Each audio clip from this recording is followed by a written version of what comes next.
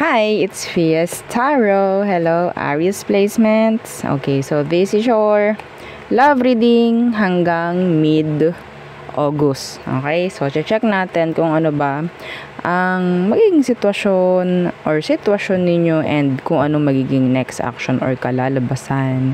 Okay, so syempre, yes, before tayo mag-start, kung hindi ka pa nakakapag-subscribe, please do subscribe and hit the notification bell para lagi po tayo maging updated sa mga mangyayari pa lang. Okay, so Aries, kung may iba pang tanong, message na lang kayo sa akin pong FB page for more info. Okay. So, check nyo ha. Kasi napakadaming gumagaya ng page natin. Okay. Check nyo yung followers. Ha? Yes. Kita nyo naman ang followers dito sa ating legit no, na page. Okay. So, Aries, anong situation ang meron? Tingnan natin. Situation. This is hanggang mid-August. Okay, anong situation yun ng person mo? Okay, the High Priestess. So, may mga naghihinala dito. Ha? Okay, may mga naghihinala. May mga nag-i-stock na dito. May mga nagtatanong na. Okay, may mga nabubuo na sa inyong mga isipan, kung ano man. Okay? Oh, agam-agam, guni-guni. Ano tong High Priestess? Yeah, the Five of Swords. Merong nang gumugulo, no, sa utak mo ngayon. Sa sitwasyon, may magulo. In general. Oo. In general, may gumugulo sa utak mo pagdating dyan sa situation ninyo ngayon, ni person. Okay? Some of you, pwedeng na-ignore ka or na-neglect ka na nung tao. Or pwedeng ikaw ang gumagawa nun sa kanya and siya'y nakakaramdam nun ito. Okay? Yeah, the High Priestess. Okay, the Hierophant. So, ano bang meron sa kanya? This person is giving you mixed signals. I think. Someone is giving mixed signals. Yeah, okay. Aries. Ano bang meron sa taong to, Aries? Anong meron? Okay. The Page of Swords. Some of you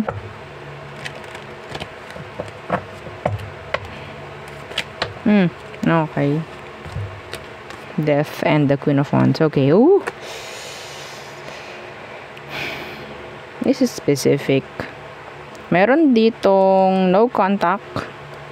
Ha? May no contact. May ending here with the Death and the Queen of Wands in reverse. Some of you may nag-end sa inyo ng taong to because of a third party. Yeah. And pwedeng hindi mo alam na may third party na involved. Nagkaroon sa sitwasyon ninyo na parang ano kayang meron? Bakit kaya ganun siya? Ganun na siya? Nag-iba na siya? Parang ganun.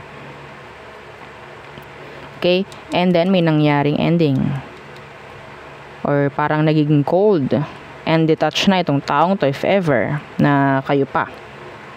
There's someone else. Yes. The Queen of Wands in reverse. This is the Kabechiwa. Ha? Mga pababae, mga palalaki. Yeah, the Seven of Swords. The Nine of Swords in reverse. Bakit hindi kayo naniniwala sa intuition nyo? Sinasabi na ng intuition nyo na may something. Pero yeah, Temperance. Some of you, talagang iniintindi mo lang, kumukuha ka lang ng dahilan siguro or palusot. Oo. No? Para hindi mo maisip na may iba. Pero yes, napakaliwanag nito. Merong iba, Aries.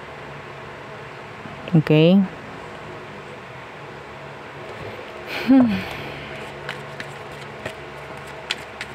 So we have here Scorpio, Cancer, Taurus, with the High Priestess. Okay, so some of you, hinahanapan mo ng dahilan kung bakit ito nakipaghiwalay. hinahanap mo yung dahilan kung ano bang meron. Ba't ka nakipaghiwalay? Ano kayang dahilan? Anong rason niya? There's someone else. Okay, ano bang emosyon nito for you, Aries? Ngayon, ngayon. Oo. Yeah, the star in reversed. So, nandun, nagkaroon ng like fallout. Okay, the star in reversed and yeah, the ten of swords in reversed. Two of cups in reversed. Hindi na nila nararamdaman yung kung anong naramdaman niya before sa'yo. Yeah, the knight of cups. This person is pursuing other people, other person sa ngayon. Yeah.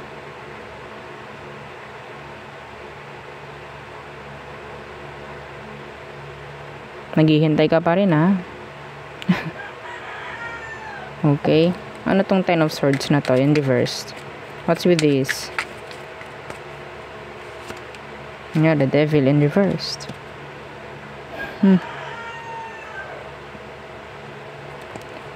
Hindi na siya totally attached or nakatali sa energy mo. Hindi na. Yeah, masyado na tong focus sa ibang bagay sa ngayon. I think, if this is recent, magulo lang yung utak ng taong to ngayon. Like, biglaan ang mga decision. Yes. Anong next action niya? Anong next action niya towards you, Aries? Next action? The moon in reversed. And the fool. Alam mo ito this is specific. Some of them napaka-clumsy. Opo. I don't know why. Pwede kasing may malaman ka rito, hindi sinasadya, may mabubunyag, may makikita ka, may malalaman ka dahil sa kaklamsihan nila. That's specific, hindi yun para sa lahat. Okay? May malalaman ka rito sa taong to. Hindi sila aware. Okay, sa mangyayaring to. Pwedeng meron silang action na gagawin and yun yung magiging dahilan kung bakit sila mabubuko or malalaman kung anong meron sa kanila. Okay? Yeah, the nine of wands. Parang mahuhuli. Oo. I don't know. It's like caught in the act. Okay. Yeah. So, ano ang advice / outcome for Aries? Okay, the Ace of Cups. So, aside dito sa connection na to, there's a new person coming in. Okay? Lalo na kung lalayuan mo na to. Okay? And there's a new person coming in, or a new connection, a new relationship. See, the Six of Cups. Na pwedeng sabihin nating guguluhin pa rin ng taong to. Opo. Guguluhin pa rin ng taong to. Okay? Yeah. Hindi ko alam bakit. May chance rin na pwedeng mag-focus ka sa healing and guguluhin ka pa rin niya. Guguluhin ka pa rin niya. Bakit? Why the Six of Cups? Alam nyo, sa susunod na connection after nito, and I think this is new, makakuha ko ng long-term connection. Okay? Pagdating sa kanila, kung sino man yung parating sa'yo. Lalo na kung mag-focus ka sa healing. The Seven of Pentacles in reverse. Okay, so, yeah, the Emperor in reverse. So, I think, kaya nandyan pa rin yung ex mo. Yeah, I will say ex kasi wala na to. Oo, masyado na siyang focus sa iba. Okay, so, itong taong to, kaya yan babalik, actually, or hindi ko sinabing babalik para makipagbalikan talaga. Okay, guguluhin lang niya yung energy mo. Yeah, ayaw nito na may mangyaring maganda pagdating sa'yo. Okay? And yes, meron na akong nakikita sa taong ito na pwedeng hindi maging successful yung kakonect niya or yung sila nung kakonect niya. Okay? And then, babalik sa'yo. Magpaparamdam. For what? Wala akong makita ritong magandang dahilan or malinaw na dahilan kung bakit. Yeah, see? The Five of Pentacles in reversed. May paawa effect. I don't know why. I don't know what. Kung anong rason. Kung bakit to babalik. So, I think, may marirealize itong taong to. If ever. Kasi, yeah, some of them, nakikita ko na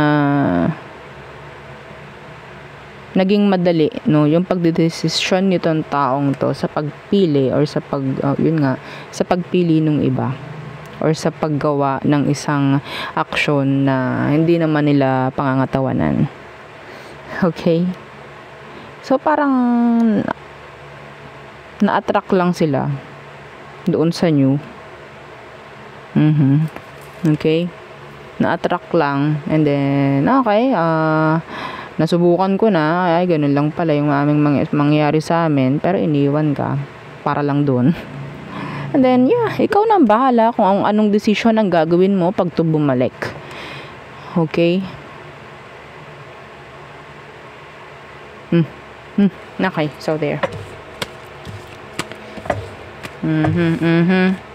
Sana mag-decision ka ng tama.